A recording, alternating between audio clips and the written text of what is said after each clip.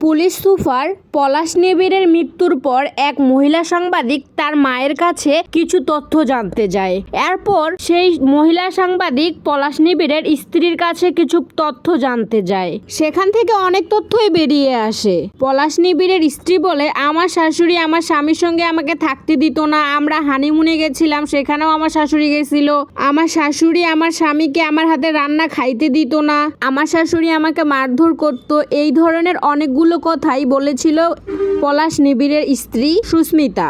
এরপর এই কথাগুলো সত্য না মিথ্যা এটা জানার জন্য সেই মহিলা সাংবাদিক আবারও যায় পলাশ নিবিড়ের মায়ের কাছে। গিয়ে সেখানে সেই পলাশ নিবিড়ের মা সেই সাংবাদিককে ভীষণ অপমান করে এবং কি গায়ে হাত তুলতে আসে।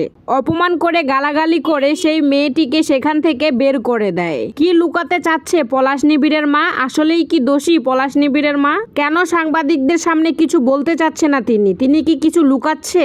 আসল রহস্য কি? অনেকেই বলছে তিনি ছেলের মৃত্যুতে ভীষণ শোকাহত, তাই সাংবাদিকদের সামনে কিছু বলতে চাচ্ছে না। আবার অনেকেই বলছে যে মহিলা ছেলের মৃত্যুর 2-3 দিনের মধ্যেই খাবারের থালা নিয়ে বসে, সে আবার কিসের শোকাহত?